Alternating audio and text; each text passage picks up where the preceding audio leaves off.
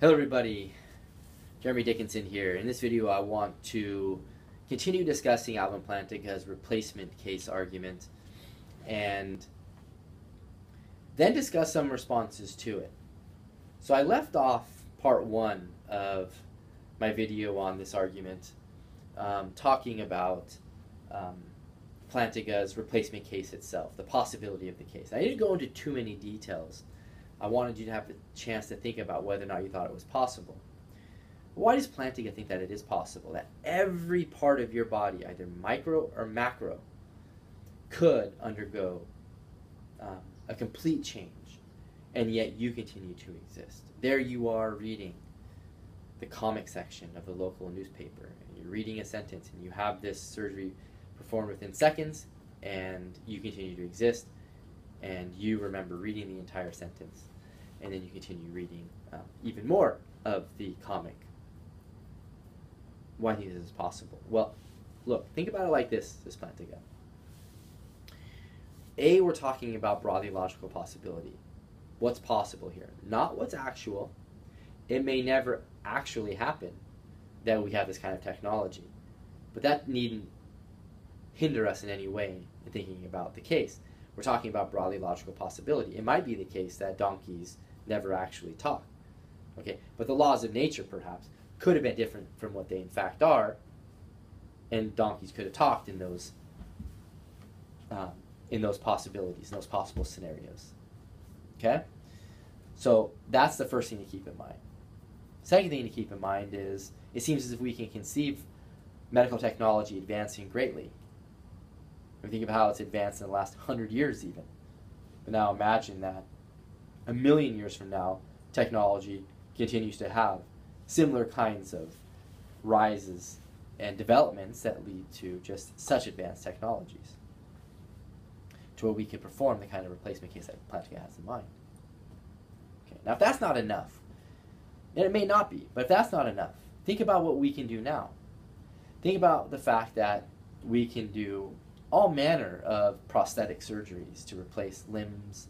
We can do organ transplant surgeries to replace all manner of organs, cross organisms. There are so many different things that we can already do with current medical technology. And so once we consider what's actually the case, and then think about advancing technology, it certainly seems to be possible, argues Plantinga, that we'd be able to replace every part of our body. So you might imagine that what we're doing, in effect, is just we're having an advanced form of prosthetic surgery. We're replacing every limb that we have that can be replaced in that way, and we're also replacing every organ. Okay, and if you want to talk about the transplants all the way down to the atom, the atomic level, well, maybe we can do those one day. Maybe not, but still, the point is that it's possible. If you want to talk about the cellular level, we can do that as well.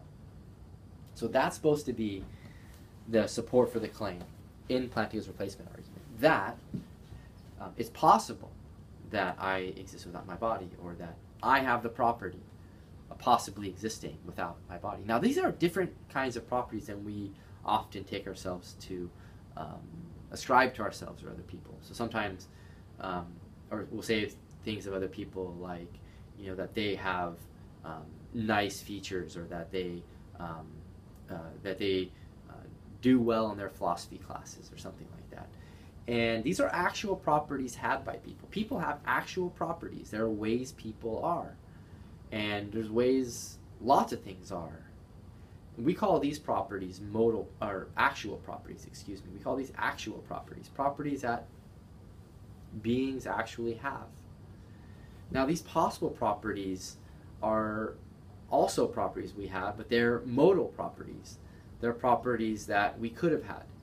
So it's possible that each one of you, or everybody who's listening to this, that they had gone to a different school, that they had different backgrounds in different ways, they had different sets of beliefs and desires, that they had different hair colors, right? There's all kinds of ways in which we could have been different than what we in fact are. And there's a whole kinds of ways in which the world could have been such that, or there are all kinds of ways in which the world could have been that it's not, but there's no reason why it couldn't have been other ways that it in fact is. So this points to the fact that there are properties, possibility properties that the world has, and there are possibility properties that we have.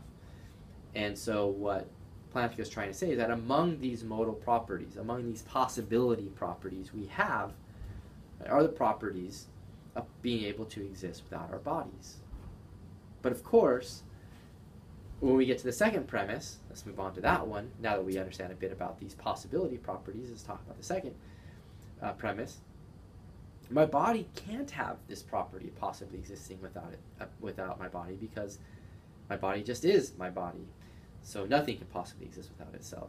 Now this is a kind of property, it's an impossibility property, and so it's the lack of having a property. In this case, it's my property lacks having a property that I have. Of course, my body can have a whole lot of actual properties, it can have a whole lot of modal properties, but my body can also lack having properties. And one of the properties it lacks having is possibly existing without itself. Now think about the first premise, just going back to that very briefly. We can apply this very general principle in support of 2 with 1. We could say that I have the property, I lack the property of possibly existing without I or myself. Okay, so that the principle applies very broadly, very generally, not just to my body and other things, but to everything, including myself. So now the stage has been almost like perfectly set, where if Plantinga is right, we have my body and we have me, I, and my body have distinct properties. And since I and my body have distinct properties, then it looks like we're not going to be able to say that they're the same thing, because once we get to premise 3 with the very general principle that x and y are identical, if and only if they share all the same properties, then when we apply that very general principle in 3 to 4, namely the claim that I and my body are the same thing if and only if they share all the same properties, we're going to have to conclude with saying that because I and my body don't share all the same properties, that they aren't the same thing. So I think we get premises 2, 3, 4, 5 pretty well, and then we get the conclusion that that I'm not my body, and of course this extends generally to you. You are also not your body, so we are not our bodies. So that's Plantinga's argument, and that's how he attempts to support the premises. And of course the key premise is the first one. So that's the one that we really need to focus on. So know the other premises. They're very, very important to how it is that Plantinga arrives at his conclusion, but it seems as if the major onus on Plantinga in defending his argument is going to be defending the first claim, and we defended it in the way that Plantinga did. Now, not everyone has accepted Plantinga's argument.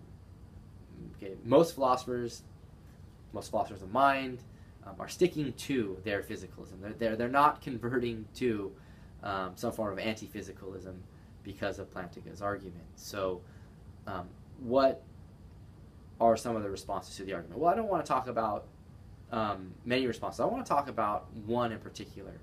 And I want to talk about the response by one of Plantinga's colleagues at Notre Dame, where Plantinga is a professor. So is Peter Van Wagenen, the person who I want to talk about, who responds to Plantinga here. Van Wagenen thinks that Plantinga's argument fails. So the philosopher is Peter Van Wagenen here, and he thinks that that physicalism is true, and he thinks that Plantinga's argument has a mistake somewhere. So let's see if we can figure out where that mistake lies. Well, it's going to lie in that first premise.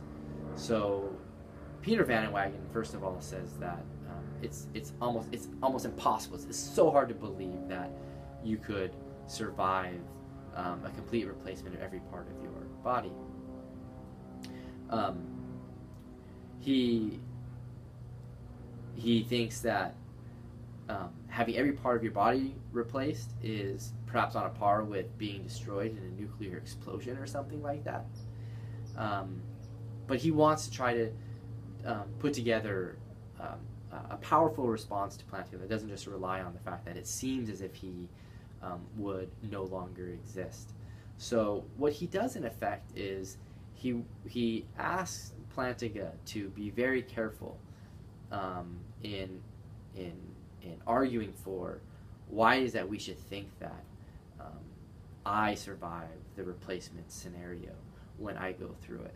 So when I go into the doctor's office, why should I think that I survive?